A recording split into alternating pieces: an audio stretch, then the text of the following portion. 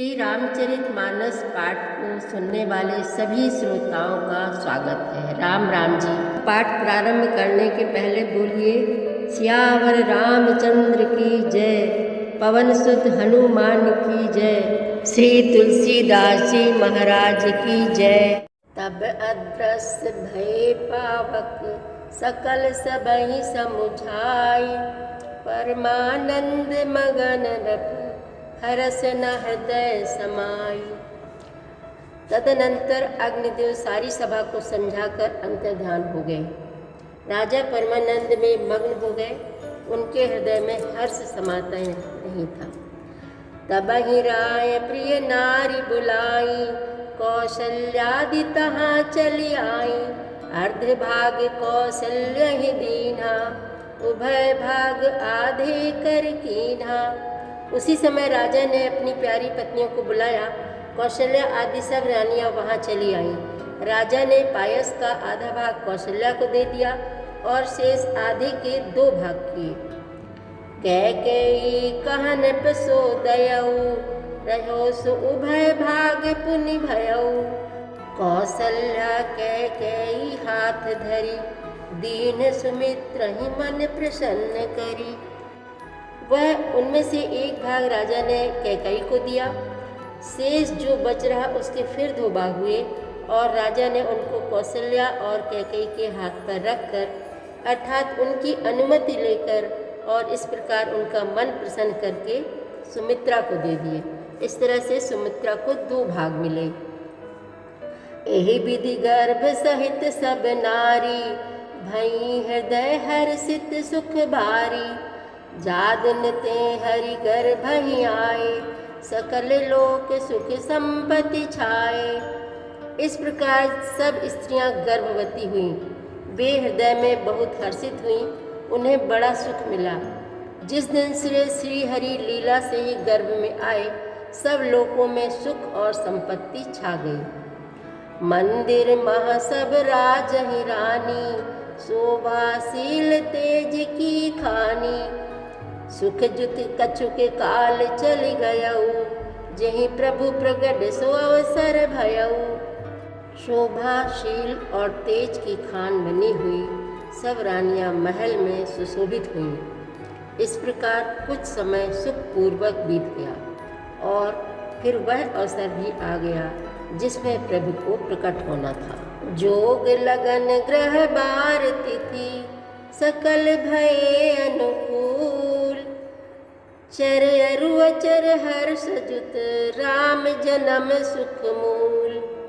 योग लग्न ग्रह वार और तिथि सभी अनुकूल हो गए।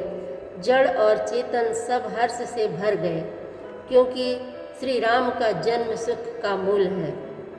नौमी तिथि मधुमास पुनीता, शुक्ल पक्ष अभिजित हरि प्रीता। मध्य दिवस अति शीत न घामा, पावन काल लोक विश्रामा। पवित्र चैत्र का महीना था, नौमी तिथि थी। शुक्ल पक्ष और भगवान का प्रिय अभिजित मुहूर्त था। दोपहर का समय था, न बहुत सर्दी थी न धूप थी। वह पवित्र समय सब लोगों को शांति देने वाला था। शीतल मंद सुरभि बहबाऊ, हर्षित सुर संतन मन चाऊ। बन कुसुमित गिरि गण मनियारा, श्रवहि सकल सरितामृत धारा। शीतल मंद और सुगंधित पवन बह रहा था। देवता हर्षित थे और संतों के मन में बड़ा चाव था। वन फूले हुए थे, पर्वतों के समूह मणियों से जगमगा रहे थे और सारी नदियां अमृत की धारा बहा रही थीं। सो अवसर बिरंच जब जाना, चले सकल सुर साज विमाना। गगन विमल संकुल सुर जूथा, गावहि गुण गंधर्व बरूथा।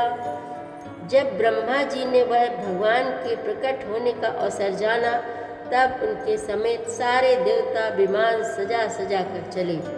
निर्मल आकाश देवताओं के समूहों से भर गया। गंधर्वों के दल गुणों का गान करने लगे। बरसहि सुमन सुअंजलि साजी, गह गही गगन दुंदुभि बाजी। स्तुति करहि नाग मुनि देवा, बहुबुद्धि लावहि निज निज सेवा। और सुंदर अंजलियों में सजा सजा कर पुष्प बरसाने लगे। आकाश में घमाघम नगाड़े बजने लगे। नाग मुनि और देवता स्तुति करने लगे और बहुत प्रकार से अपनी अपनी सेवा उपहार भेंट करने लगे। सुर समूह विनती करी, पहुँचे निज निज धाम। जग निवास प्रभु प्रगटे, अखिल लोक विश्राम। देवताओं के समूह विनती करके अपने अपने लोक में जा पहुँचे। समस्त लोकों को शांति देने वाले जगदाधार प्रभु प्रकट हुए। भय प्रकट कृपाला, दीन दयाला, कौशल्या हितकारी। हर्षित महतारी, मुनि मनहारी। अद्भुत रूप विचारी, लोचन अभिरामा। तनु घन श्यामा, निज आयुध भुज चारी।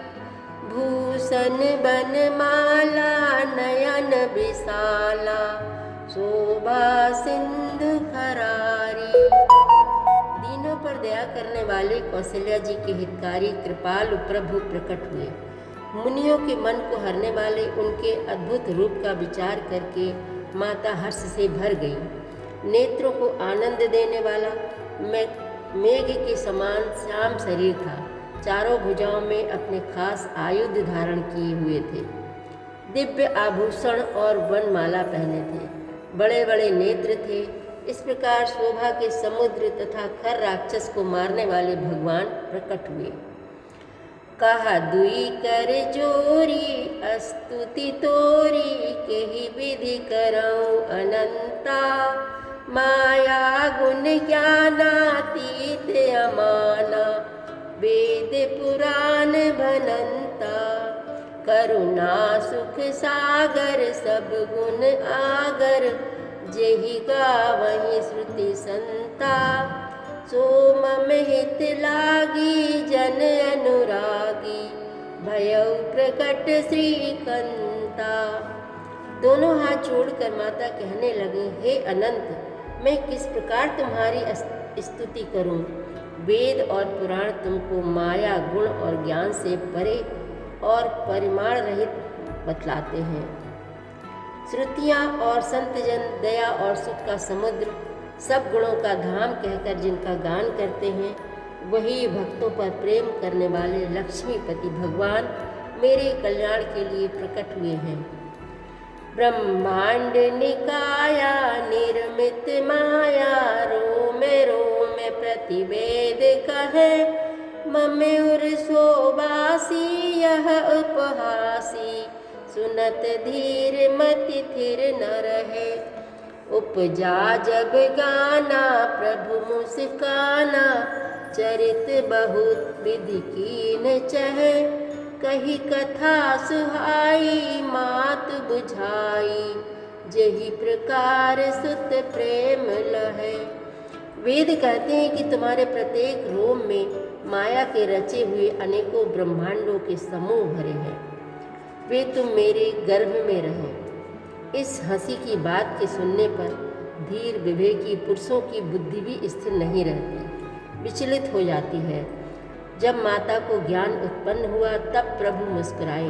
वे बहुत प्रकार के चरित्र करना चाहते हैं, अतः उन्होंने पूर्व जन्म की सुंदर कथा कहकर माता को समझाया, जिससे उन्हें पुत्र का वात्सल्य प्रेम प्राप्त हो, भगवान के प्रति पुत्र भाव हो जाए।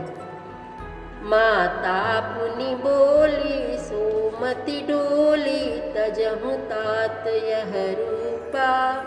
कि जैसी सुलीला, अति प्रिय शीला। यह सुख परम अनुपा। सुनी बचन सुजाना, रोदन ठाना। होई बालक सुर भूपा। यह चरित जिगावही, हरिपद पावही। ते न परहि भव कूपा।